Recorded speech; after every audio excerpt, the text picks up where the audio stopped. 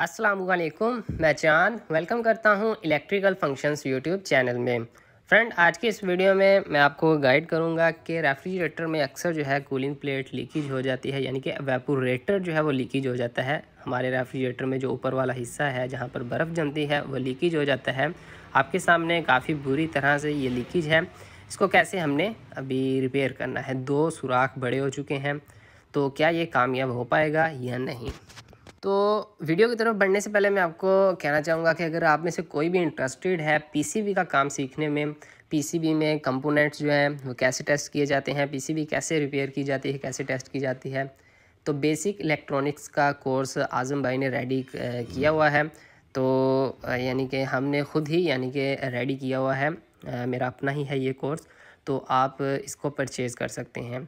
Purchase करने के लिए जो कि आज़म भाई ने अपने यूट्यूब चैनल पर यानी कि फुली फॉरवर्ड यूट्यूब चैनल पर जो दिया हुआ है कॉन्टैक्ट नंबर, तो वही कॉन्टैक्ट नंबर आपको मैं यहाँ पर शो कर रहा हूँ। तो आप इस पर रब्ता करके आप पीसीबी कोर्स जो है पेमेंट पे करके पीसीबी कोर्स परचेज़ कर सकते हैं, और जो HVAC का एप्लीकेशन है वो बिल्कुल फ्री में हासिल कर सकते हैं। इसमें आपको कोर्स में जो है बेसिक इलेक्ट्रॉनिक्स का काम जो है वो सारा सिखा दिया जाएगा, जिसमें आपको इसकी टेस्टिंग, वर्किंग, मीटर से कैसे चेक करना है, सीरीज सर्किट से कैसे चेक करना है, इसमें जो एरर्स आते हैं उनको कैसे आपने निकालना है, कैसे सॉल्व करना है, ये सारी चीज़ें आपको क्लियर कर दी जाएंगी। तो यहाँ पर फ्रेंड रेफ्रिजरेटर का जो एवेपोरेटर है काफ़ी बुरी सिचुएशन है, लेकिन यहाँ पर हमें सबसे पहले ये देखना होता है कि ये पाइप कौन सा वाला ख़राब है। एक ये लाइन जा रही है, ठीक है, एक ये है और एक ये है, 3 लाइन है यहाँ पर। इनमें अगर मेन लाइन हमारी ख़राब हो जाए तो उसी को रिपेयर करना ज़रूरी है, उसको डेड हम नहीं कर सकते।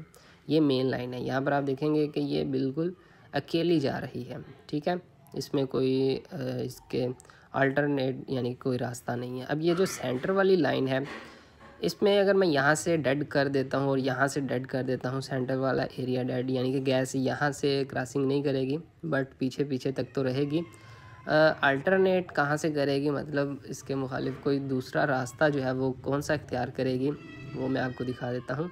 ऐसे गैस आएगी और यहाँ से आगे जाएगी, और मतलब दूसरी तरफ से भी अगर आए तो यहाँ से जो है, यहाँ पर आप देखेंगे 2 पाइप जो हैं ये एक काम कर रहे हैं, मतलब 2 पाइप लगे हुए हैं, लेकिन वो कूलिंग के लिए लगे हुए हैं।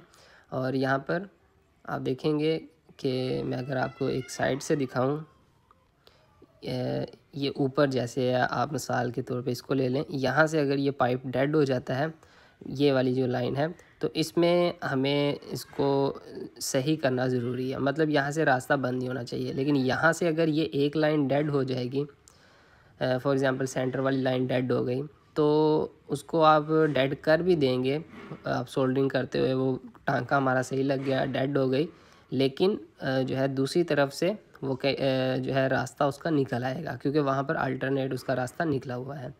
लेकिन यहाँ पर ये जो है अभी इसको हमने ये हमारे पास ऑप्शन है, ये सेंटर वाला पाइप लीकेज है, अल्टरनेट यानी कि दूसरी साइड से कूलिंग इसमें रेफ्रिजरेंट जो है वो फ्लो हो जाएगी।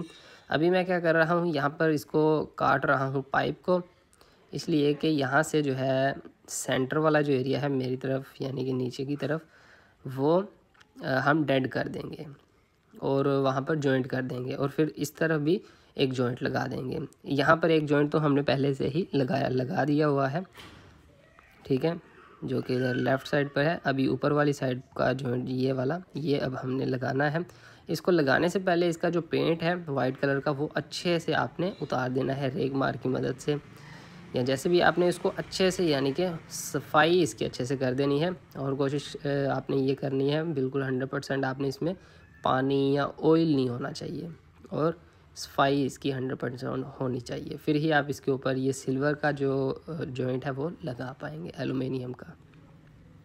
तो चलिए यहाँ पर लगाते हैं। यहाँ पर एलुमिनियम का जॉइंट लगाना कैसे है वो हम देखते हैं।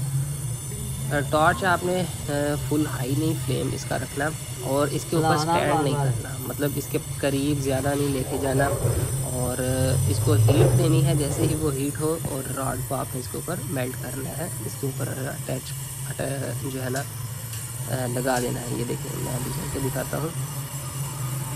हम साथ टॉर्च को जो है वो सिर्फ मेल्ट के लिए कि रॉड मेल्ट हो पूरी और उसके ऊपर चपक जाए, जैसे कि यानी कि ब्रेज हो जाए, ब्रेजिंग हो जाए, जैसे सोल्डरिंग हम करते हैं अपने कॉपर पाइप की।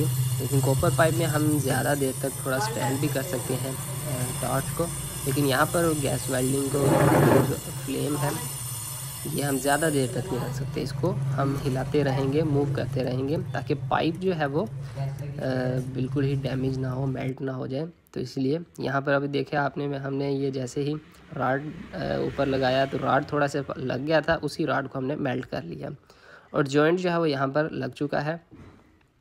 ठीक है, ये नीचे वाली साइड से तो बिल्कुल अभी डेड है, बेकार है। ऊपर की तरफ हमने जो जॉइंट किया है वहाँ से यानी कि हमने दूसरी तरफ रास्ता बिल्कुल सही रखना है। सेंटर में से जो है ये भी डेड हो चुका है तकरीबन 3 इंच, और मतलब हमने 3 इंच सेंटर से डेड हो चुका है। काट के हमने राइट साइड पे और लेफ़्ट साइड पे जॉइंट कर दिया। गैस जो है हमारे जो ऊपर नीचे 2 रास्ते थे वो वहाँ से फ़्लो कर लेगी और हमें परेशानी नहीं होगी। अगर तो ये फर्स्ट लाइन पर लीकेज होती, कोई भी कील या कुछ लगा होता, तो फिर हमें उसी को सही से रिपेयर करना पड़ना था।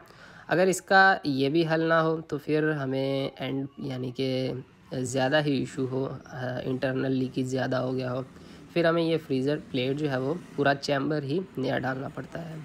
तो मैं इंशाल्लाह चैम्बर पर भी एक वीडियो बना दूंगा कि चैम्बर कैसे रिप्लेस करते हैं, जिसमें आपको और मज़ीद जो है वो कुछ सीखने को मिल जाएगा और आपके लिए काफ़ी हेल्प हो जाएगी।